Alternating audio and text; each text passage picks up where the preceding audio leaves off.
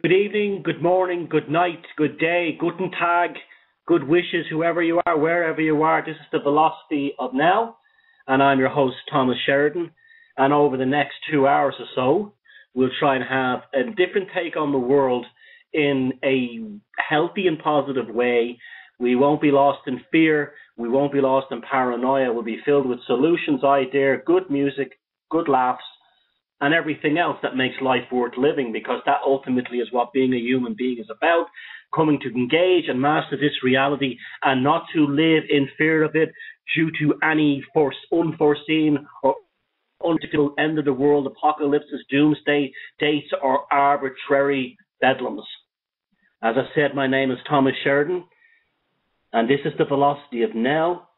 My website is www.thomassheridanarts.com. You'll find hundreds of pages of information, useful information, art, poetry, music, films, short stories, photography, and everything else that I do.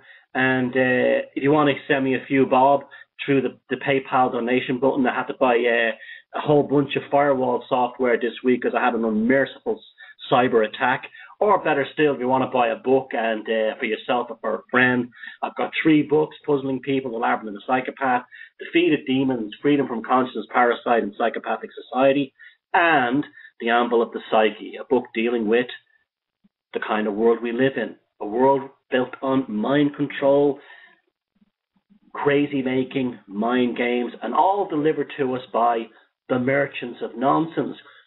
Speaking of the merchants of nonsense, I was working today at a folk festival here in a very picturesque Irish town, and it was a lovely day, beautiful weather, some fabulous traditional musicians, a lot of fun. But the event was opened by a politician, a government minister, in fact, and he stood there on the podium.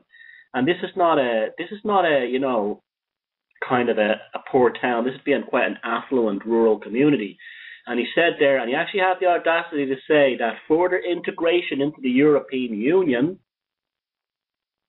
is the natural continuation and evolution of the original war for independence and the establishment of the Republic.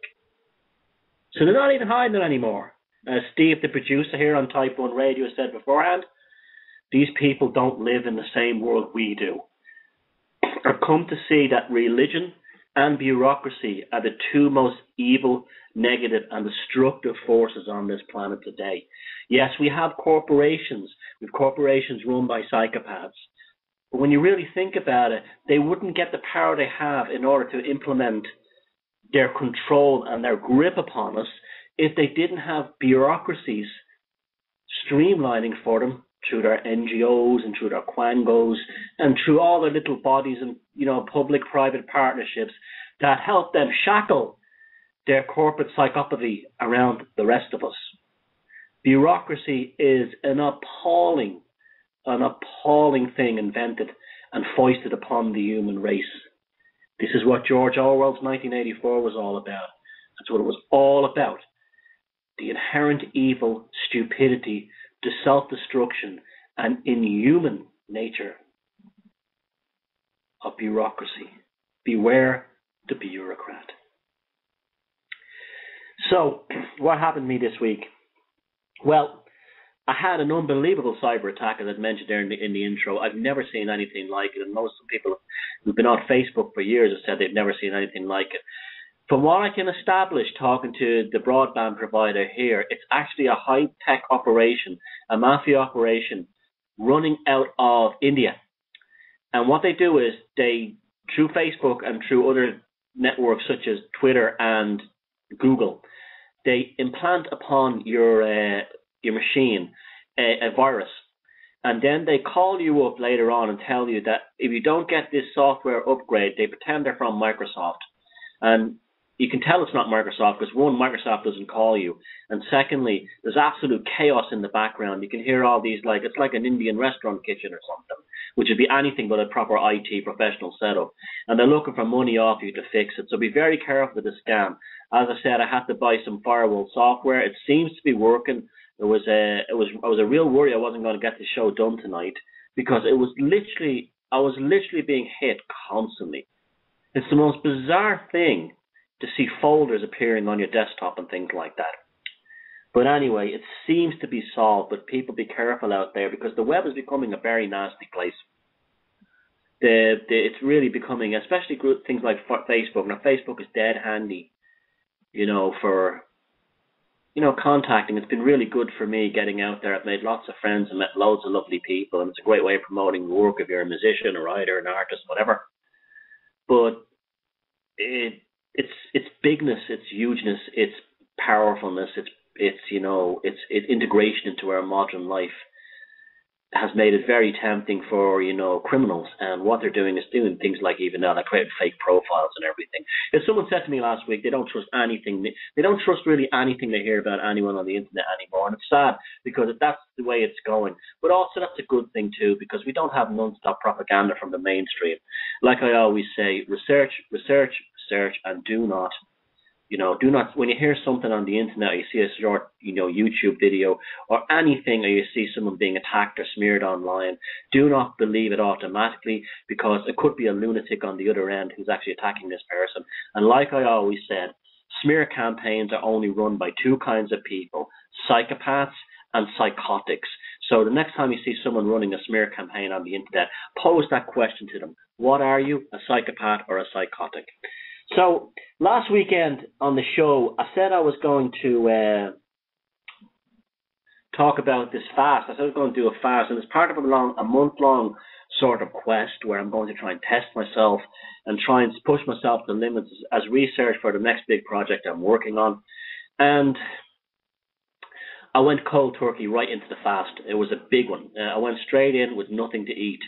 I just had about 2 pints of water a day, and I had lemon juice in the water because I don't really like the taste of straightforward tap water, even after I filtered it and everything.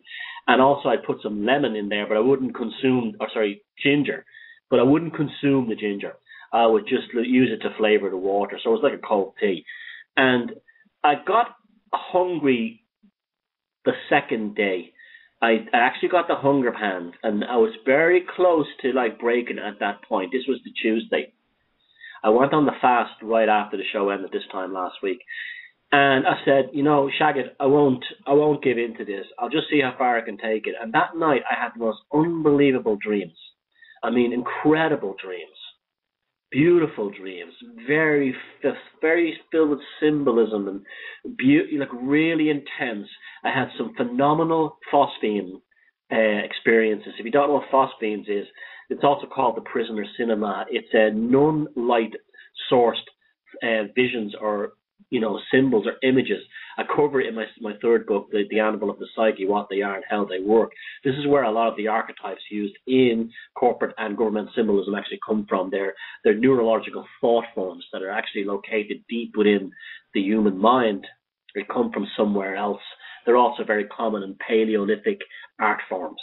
But anyway, I had a tremendous night of dreams. And then the Wednesday, it was lovely. It was actually, I felt very chilled, but I didn't have a lot of strength. And the first day I'd gone to the mountains and everything and did a hike, and I felt really good. And then, I got through that, and I had absolutely zero hunger. It was the most remarkable thing. I lost about 2 kilos every day. 2 kilos the first day, and then 1 kilo every day after that. So the weight was just falling off me. And then I got up Thursday morning, and I felt very tired. And I was also, the biggest problem for me is because I'm a coffee addict. I absolutely love coffee. It's my favorite drink, and it always has been. And I started getting coffee withdrawals very, very badly from the caffeine, and I started to have really, really bad headaches. And then something told me about noon on Thursday that I should just throw the towel in. It didn't feel like anything kind of guilty, like I was an alcoholic who went back on the booze. It didn't feel like that. It didn't feel like anything shameful. It felt like a realization. My body told me, okay, it's time to eat, buddy. And so I had 4 fried eggs, and I had a pineapple and banana lassi, which was beautiful. And I have to say, one of the things I noticed was how delicious the food tasted after the fast.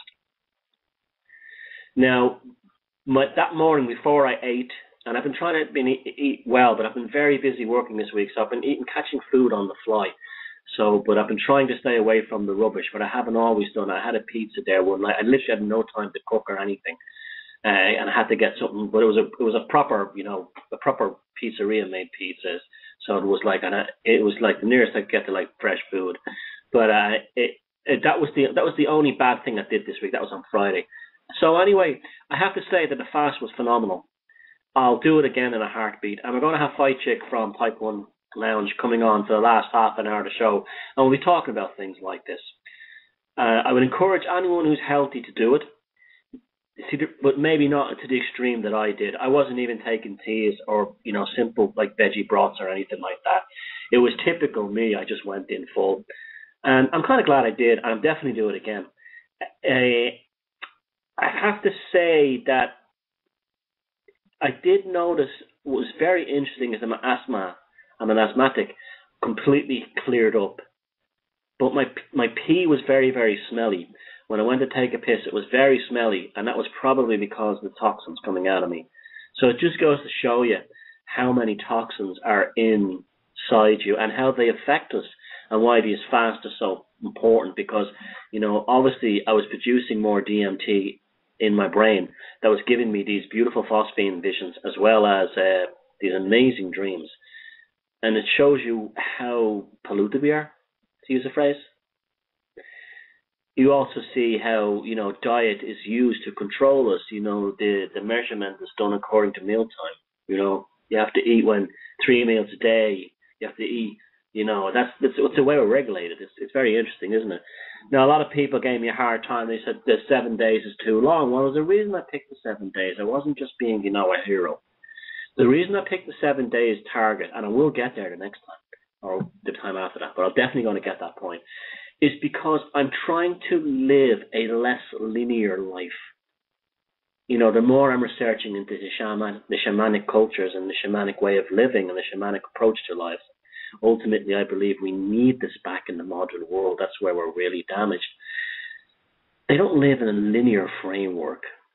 They live in an almost circular framework, almost like a three-dimensional expanding circle, going forwards and back in time, just like a spring. Imagine yourself holding a spring. It always goes in a circle, but you can pull it backwards and forward. That's the shamanic view of the experience of reality. The parameters are not there to the same degree. It's a circular revolution. Parameter is an interesting word because it comes from Maha, which is actually the Sanskrit term for the female menstrual cycle, and from which comes things like meter, parameter, and so on. Those terms, measurements. The shamans do not live like that, and I wanted to do a circular idea. I wanted to actually come back on this show next week and probably have my first meal, which would have been tonight. But it wasn't to be. It was a fantastic experience, and I'm definitely going to do it again, and I'm definitely going to get there. And as I said, if you are healthy, I would completely encourage this. One of the things I noticed too was my responses were very, very good. My skin felt very sensitive, and I was very sensitive to sunlight. I went outside on the Tuesday, and a little bit of sun broke through the clouds, and it was very, very difficult to go outside for me without sunglasses. So many people will have, maybe have things like, ME, things like that.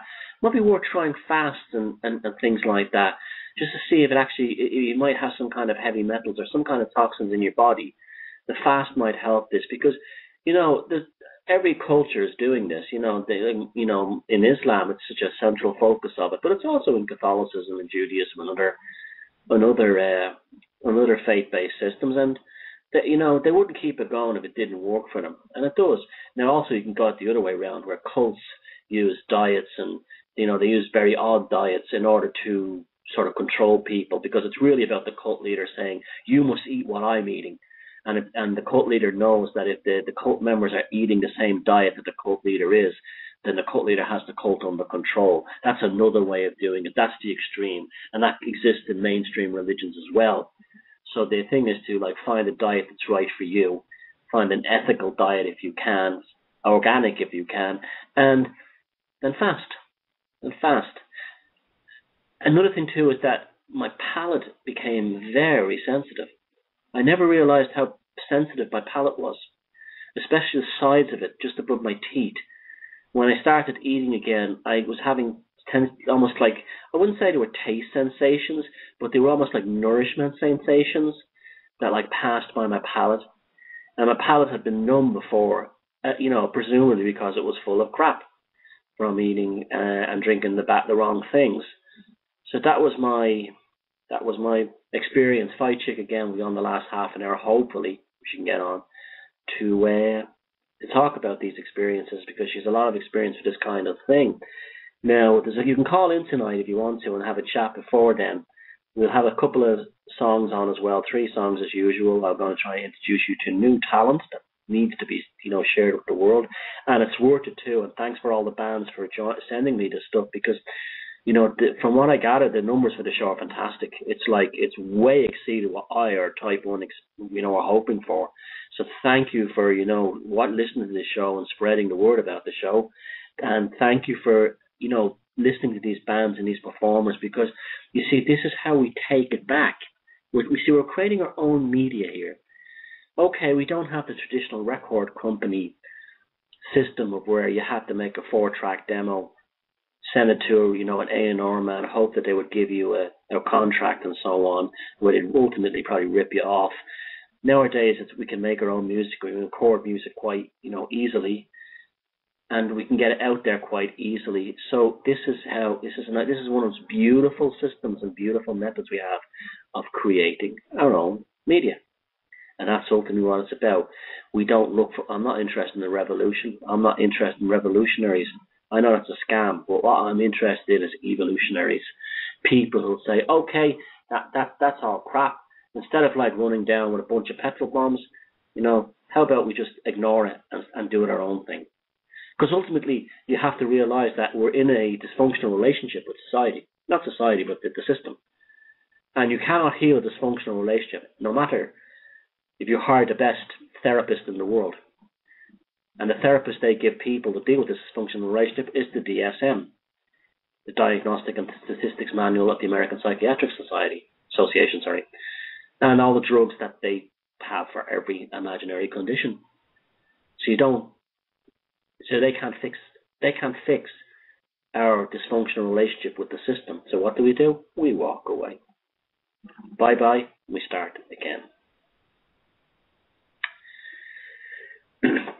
Now, another thing that's been interesting me too as well is I can't stop thinking about this Spanish train crash. It's starting to really bug me. I looked at the video again a few times of that train coming around the bend at 140 kilometers an hour and hitting a concrete retaining wall. It almost seemed like it was being sent towards a target. There's no reason why that should have happened. For about 40 years, they've had a thing called CAWS, C-A-W-S, Continuous Automatic Warning System, on railway systems all over the world. And the Spanish railway network is one of the most modern high-tech rail systems out there. It's brand new practically. It was all built in the last 10, 15 years.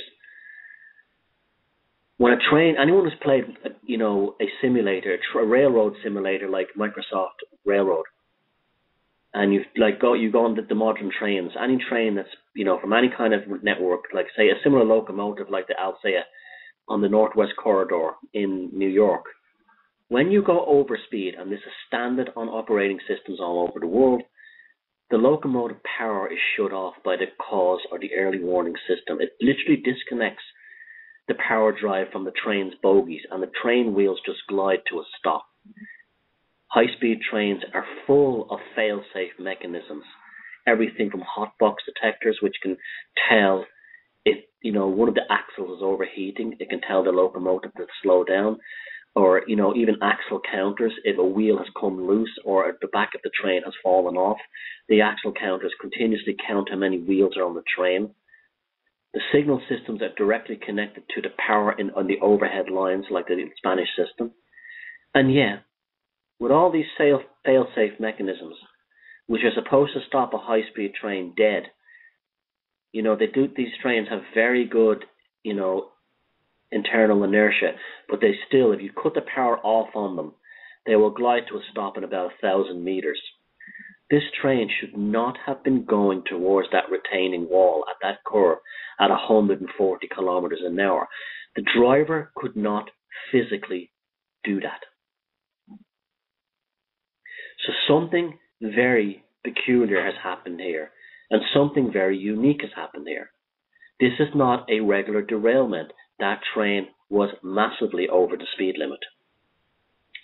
And last week on the show, when I briefly mentioned this story, I said that there would be a whole bunch of scare stories in the media about how dangerous trains are.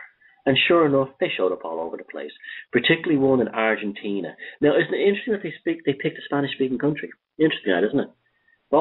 And they showed photographs, alleged photographs of train drivers asleep or reading while they were driving high-speed trains. Now, they didn't show the locomotive that they were driving. They just showed the driver under a night vision cam in the cab of the locomotive, sitting there. They didn't look like they're particularly sleeping. They looked like what? They nod or whatever. We do not know if they were freight trains that travel at 20 miles an hour. Freight trains have to wait for long signals late at night for other trains to pass, and train drivers do things like that. They take out a crossword puzzle, they take out a book, and they even have a little doze until the bell rings and tells them they can proceed. This happens on railways all over the world, and that they were all night vision camera shots, so they were late night trains. They gave no proof that they were high-speed trains. And I believe more and more what they're trying to do is to roll out automatic driverless train systems. This technology has been out there, and what they're trying to do is they're trying to vilify train drivers, vilify human aspects of railway operations, and have us all on this one step towards automation, transhumanism again, folks. I'm going to be on Aaron Franz's radio show, The Age of Transition. He's a great guy, Aaron. I've been on the show a few times. I don't know when it's going to be, but it's going to be coming up soon. We're going to do a podcast together on the effects of automation, because automation is it's transhumanism. You go to Tesco or Walmart or all the supermarkets now, you have the automatic checkout, so you don't have a chat with the woman or the girl or the guy behind the counter like you used to.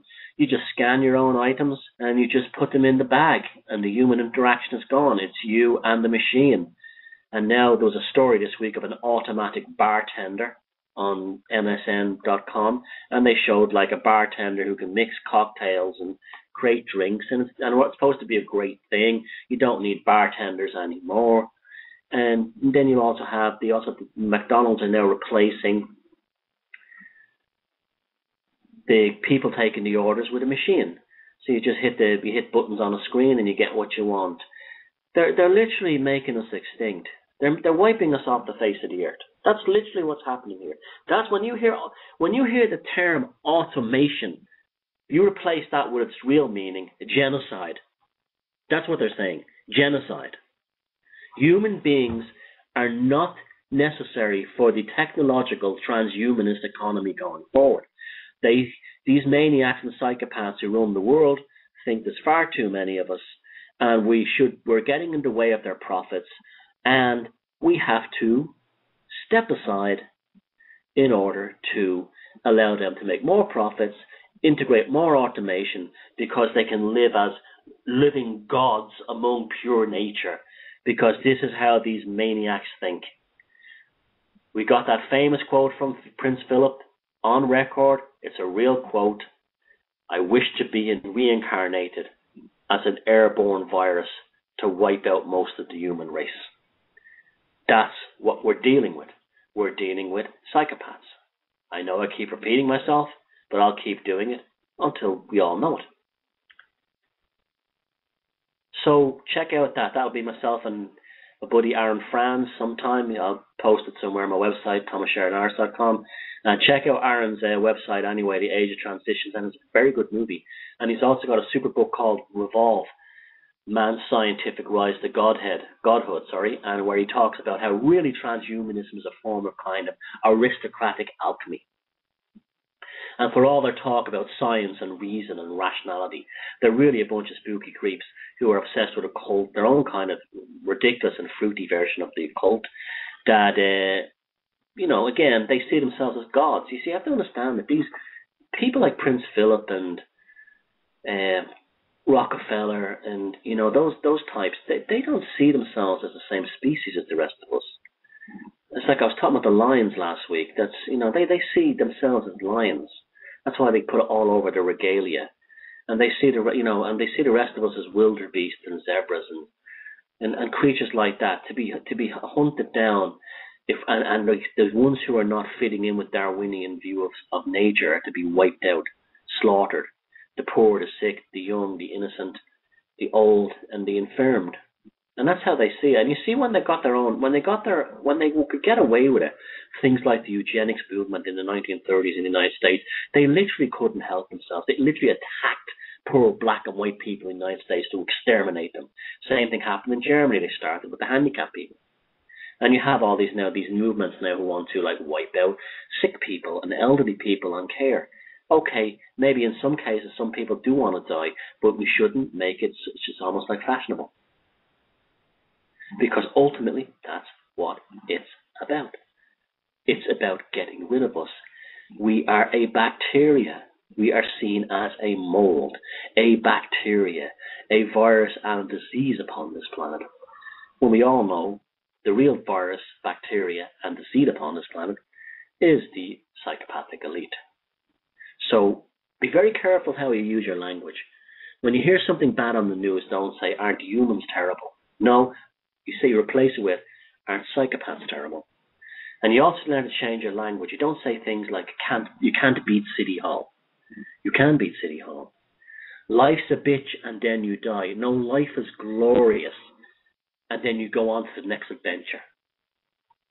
And speaking of the next adventure, I want to bring on the first song of the evening.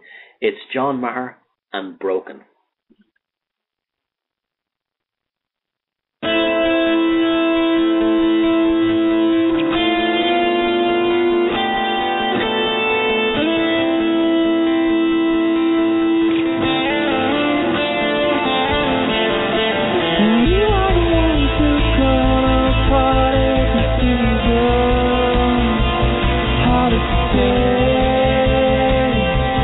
Hard to know.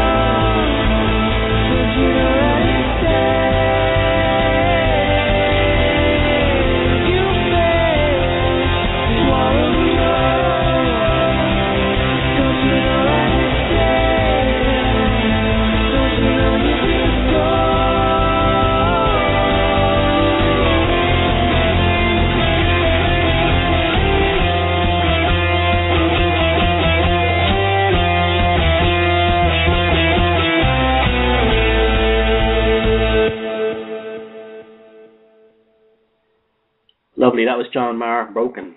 Lovely tune. Beautiful vocals. You know, I hate weddings. I really, really hate weddings. Not so much the weddings, but the wedding reception. I can't stand wedding receptions. I'm sure there are people who have like nice sort of like oldie-fashionedy weddings that, you know, that are not like, you know, bridezilla or, you know, the mother of the bride kind of driven. These becking crazy things. But I've never been to one. The only weddings I've been to have been horrible. I don't get weddings. I don't get big weddings, especially. I was just thinking about that. I was just like, I saw a wedding there the other day. I was just like, it was so like tacky. I mean, I'm not judging the people, but it was like they had this big fancy white limo with like bells all over it, and like everyone, you know, it was just like, it was so forced. It was just sort of this contrived joviality that we're really enjoying ourselves. And yet, I've never been to a wedding where I felt that. All I see was a lot of people getting pissed, and this sort of general kind of sense of, you know, unease or something.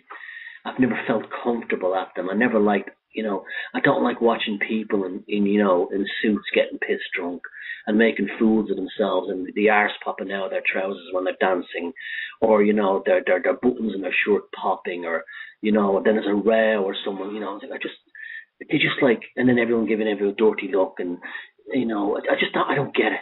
And especially, you know, these big weddings. Why do you, if you're going to like devote yourself to someone for the rest of your life, why, you know, we hope it doesn't always happen that way, but, you know, I know life's complicated, but why do you need to have like this tacky kind of Las Vegas show? You know, why do people do it? I do not get. I do not get that.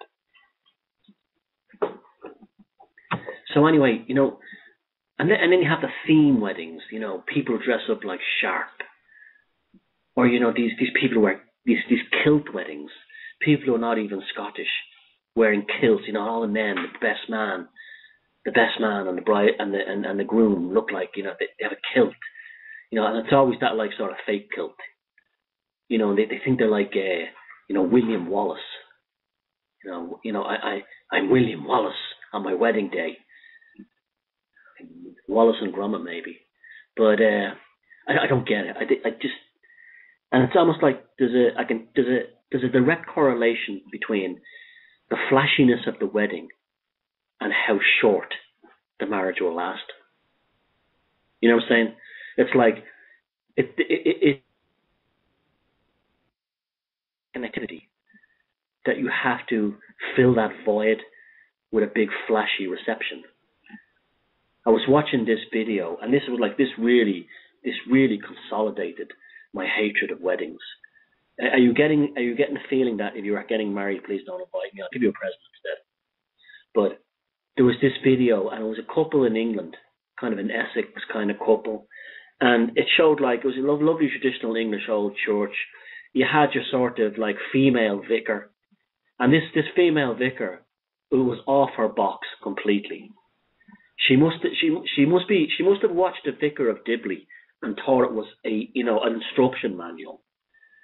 Because as soon as she says, "I now pronounce you man and wife," you hear that boom, boom, boom, boom. Everybody dance now, and the vicar starts putting her hands in the air to the tune, and then the groom and the bride, and it's a flash mob, and it's a flash mob in a church, and you see different people jumping up on the different beats. And then this vicar, this chubby female vicar who has gone out of her way to look like Dawn French, starts throwing herself down the aisle, like shaking her ass in her in her wedding, in her vestments, you know, like, yeah, I'm the cool vicar, I'm the dancing vicar, and it just looked ridiculous. An absolute. No, I don't give a toss about blasphemy that they're doing this in a church. The only thing that's ever going to offend inside a church is the archons. But that doesn't mean anything to me.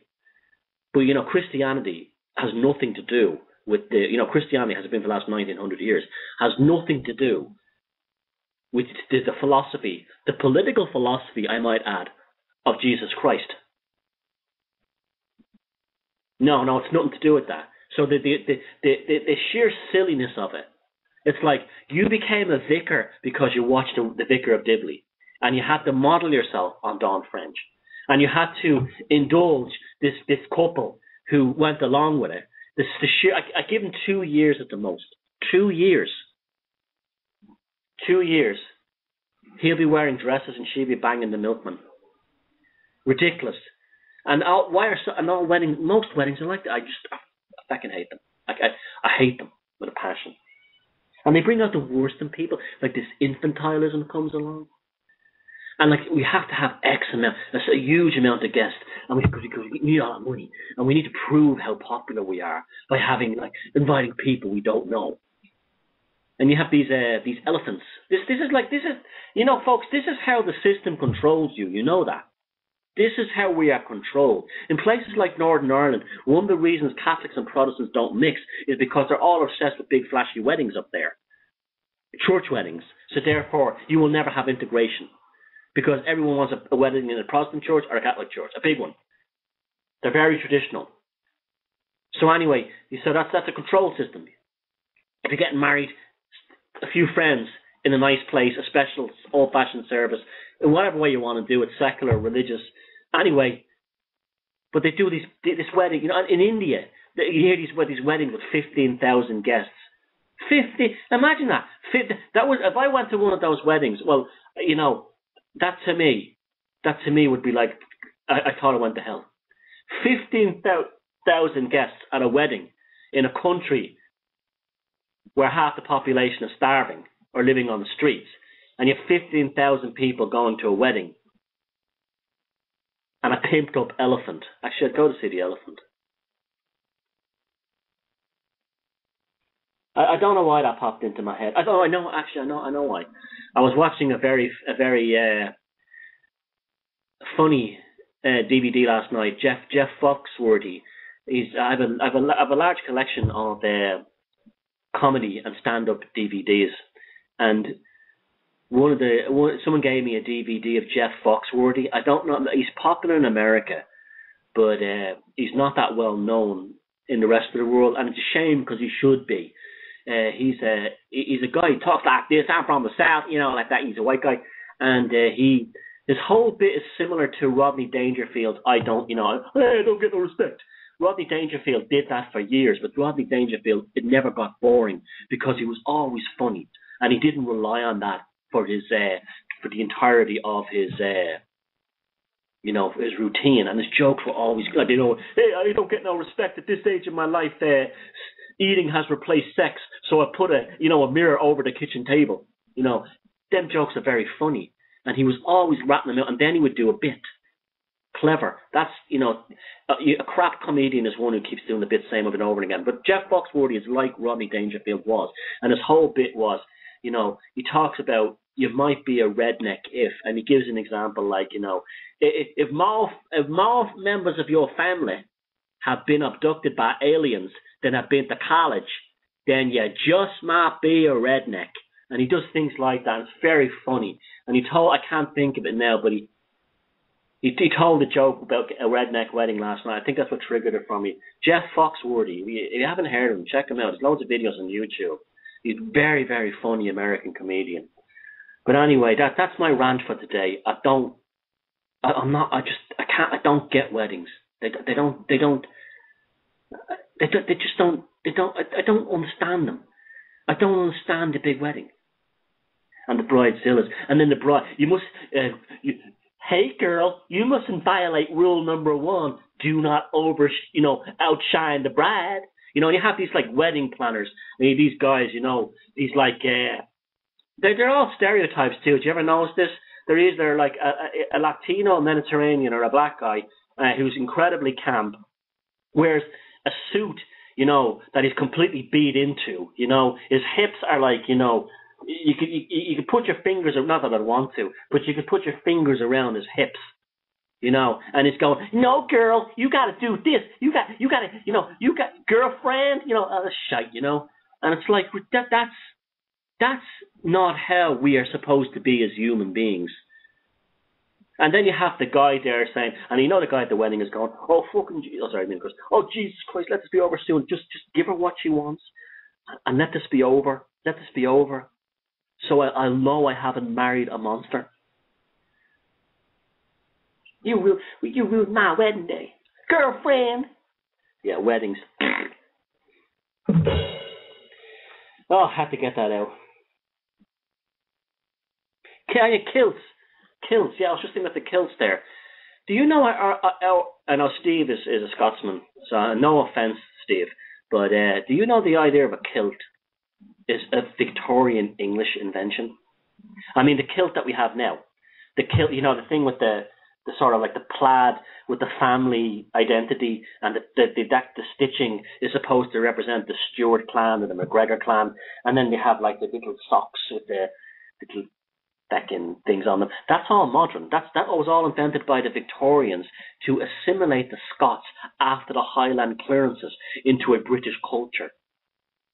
See, anyway, if you know anything about Scottish history, and you should learn about this, the next big horror that happened in Victorian times, along after the Irish famine, and don't call it the potato famine, please, but after the Irish famine, was the Highland clearances. The Highland clearances were basically English aristocrats and some Scottish ones, just like the Irish. There was our Irish landlords starved around during the famine. They cleared basically they made Scotland free of Scots people. That's basically what they did, so they could fill the country full of sheep. But a real kilt, as Steve has reminded me here, was like a toga. It was very much like a toga, but it wasn't worn with naked legs underneath. There was, if you look at the old illustrations, they wore them in Ireland too, and they wore them in Ireland, and they wore them in Scotland, they wore them in Wales, and they wore them in lots of parts of England, and they were also popular in the lowland countries and parts of Spain, and even parts of Greece. And it was like a kind of a toga with a belt, or it was usually kind of a rope, and then there was kind of a pair of trousers underneath that. They almost looked like pajama bottoms, and that's what they looked like. And on top of that, they'd wear a jumper, a woolly jumper, or a kind of a waistcoat kind of thing. You know, bleaks, yeah, that's what they're called. And thank you, Steve. And they were nothing like this sort of like this fake image of a kilt is today. That's not what William Wallace looked like. He didn't look like that. That's a completely modern English interpretation that was created to assimilate Scots after the Lowland Scots in particular, after the Highland clearances into British culture. They did the same too with the Irish as well, and the Welsh. See, the Irish don't have a national costume. We don't. The reason why we don't have it is the one that was invented for us was invented by the British. You know, like they're stupid, like that one. The Quiet Man is a great film, but there's a scene in The Quiet Man where the guy has a kind of a tam o' shanter, and he has like a woolly jumper with a kind of a turtleneck collar, and he has a kind of a kilty looking thing. And that again, they were trying to create a kind of a fake national costume for the Irish. I mean, if you look at all these World War I recruiting posters, they say things, come and join us, Tam, and there's a Scotsman there dressed like, like the what you'd call the stereotypical kilt kind of way, and then come and join the lads in the front line, Pat, and you see an Irish guy there dressed in that kind of stupid, the Irish version of the kilt trousers and the jumper, and then the Welsh guy who'd be like, they'd call him Taff, and he was sort of like a coal miner. They were imposing stereotypes upon the people, and that's what a bleeding wedding is too when you think about it. The wedding dress is a whole modern invention, especially a white one, especially nowadays wearing the white dress, and then the fellas in the white suit too, and it's like. That's all. That's mind control. That's brainwashing. If you want to get married in black, you can. You want to wear black. You can wear anything you want. And then you have the gay, like gay fellas, right? Gay lads, right? This is my appeal to the queers, right? Don't make the same bleeding mistakes. Obsessed with I gotta get myself a wedding. Then we'll be assimilated and then we'll adopt kids. Do you really want the same bullshit the rest of us have had to deal with? You're free and single and gay. Be gay. Enjoy it. You don't need to pretend to be, you know, Mary and Jimmy from down the road, or, you know, Kathy and Nigel. You don't have to pretend to be and act just like them to be assimilate. You're accepted. We accept you as what you are. You do not have to. See, that all comes from that American will and grace and all that shite. All that side to, like, you know, gay guys have to be, you know, I want to get married and adopt children, just like, you know, a straight couple. Well, why do you want that? Okay, if you do want it, fair enough. I've no problem with that. But again, are you really desiring that lifestyle? Are you really desiring the life of being a Stepford in the suburbs? Or are you being programmed because gays getting married means more money for lawyers, government license fees, the tax base? Ever had the feeling you've been had? So, you know, gays, think about it. Don't make the same mistakes that we stupid straights have.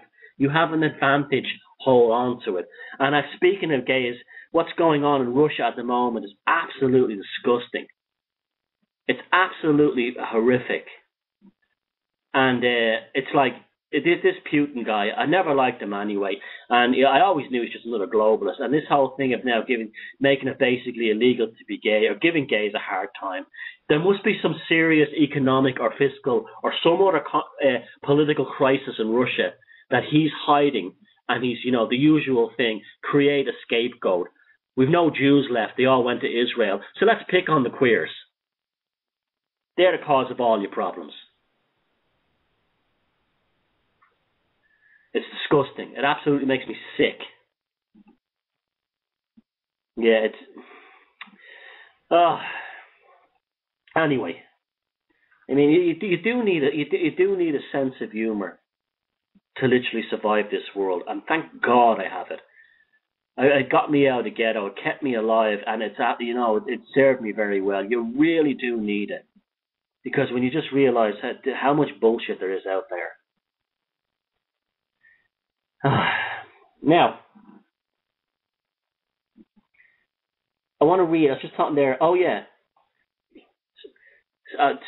Speaking of that, there was a story in the newspaper there about a sperm bank that had run out of sperm, and they can't get any sperm. I mean, is this a joke? I mean, you know, there's 19-year-olds all over the world who would do that for nothing. We'll have them be paid. But Steve Hay says no one was coming in. But we can't get any sperm. We can't get any sperm. What's the you know, has hand party now been vilified? It's just, you know, we're unable to attain the right kind of donors. We're unable to get sperm in the quantities we need. That's what was said. And, you know, get some second-hand copies of 50 Shades of Grey. It's not the sperm you'll ever need. Oh. Yeah. Oh yeah, Tom. I'm all over the place today. I just literally came in from work and did a show. So please forgive me. I'm highly improvised here. I'm reading this. You know, I'm always recommending books. I'm reading this one. It's great at the moment. It's called Bushman Shaman: Awakening the Spirit Through Ecstatic Dance by Bradford Keeney. Bradford Keeney is a PhD. He's a scholar of cultural studies at the Ringling Rocks Foundation, which leads expeditions throughout the world to study cultural healing practices, and a cultural anthropologist at the Mental Research Institute in Palo Alto, California. He is the author of Shaking Out the Spirits, Aesthetics of Change, and Everyday Soul, and he's also the editor of Profile and Healing series. And he wrote this book, and it's Bushman Shaman. He talks about, you know, initiation to shamanic cultures, dealing mainly with the Kalahari Bushmen, regarded by some scholars as the oldest living culture on Earth. And he learned all of it. He went in and studied the tribal dance, and the book's a great read. And I just want to read this brief segment from it. It ties in earlier on what I was saying. It's page 24 and 25. In 1974, several months after my college graduation, I came across the book Steps to an Ecology of the Mind, written by anthropologist George Bateson. It was a book I had been waiting for, without knowing it. I certainly have never found the book on my university reading list. Bateson was also not satisfied with linear definitions of human interaction and causality. He turned to systems theory and cybernetics, finding that those scientific disciplines yielded more important direction for moving towards circular knowing. That's what I was talking about earlier on. And what he called cybernetic epistemology. Cybernetics can be defined as the science of circular causality, where constantly assessed outcomes help determine ongoing performance. We call such a guidance loop feedback. We can land on the moon by using geometry of a line, that is, by taking linear aim at the moon and trying to get there with one rocket blast. We must constantly monitor where the rocket ship is in relationship to the moon and make constant corrective adjustments. This circular process of using changes to maintain stability is the focus of simple cybernetics. Gregory Bateson looked beyond the guidance and control mechanisms of engineering devices, applying the ideas of circular interaction to human conduct and social relationships. One of Bateson's favorite examples of circular relationship was the image of a man cutting down a tree in a forest. We are thought to see a man unilaterally acting upon the surface of the tree with his axe, chopping the tree down without any participation from the tree. However, if we construe the situation as involving a circular process, then another description becomes possible. Every notch on the tree is actually directing and organizing how the man will take his next swing. Among other things, the notches determine where and at what angle the next cut needs to be located. The causality, if you will, is going both ways. The man acts on the tree, and the tree acts on the man. Seen circularly, you can construe a different understanding and appreciation of interaction. Tree, axe, and man must all work together to get that tree to fall. Or, from another angle of viewing, they must all cooperate to get the man to walk away from that spot in the forest. Now, how deep is that? See, nothing is an accident. Nothing is a linear process. This has been imposed upon us to make us conformist. The control system needs us for linear systems, linear methods, processes, etc. But nature doesn't work like that.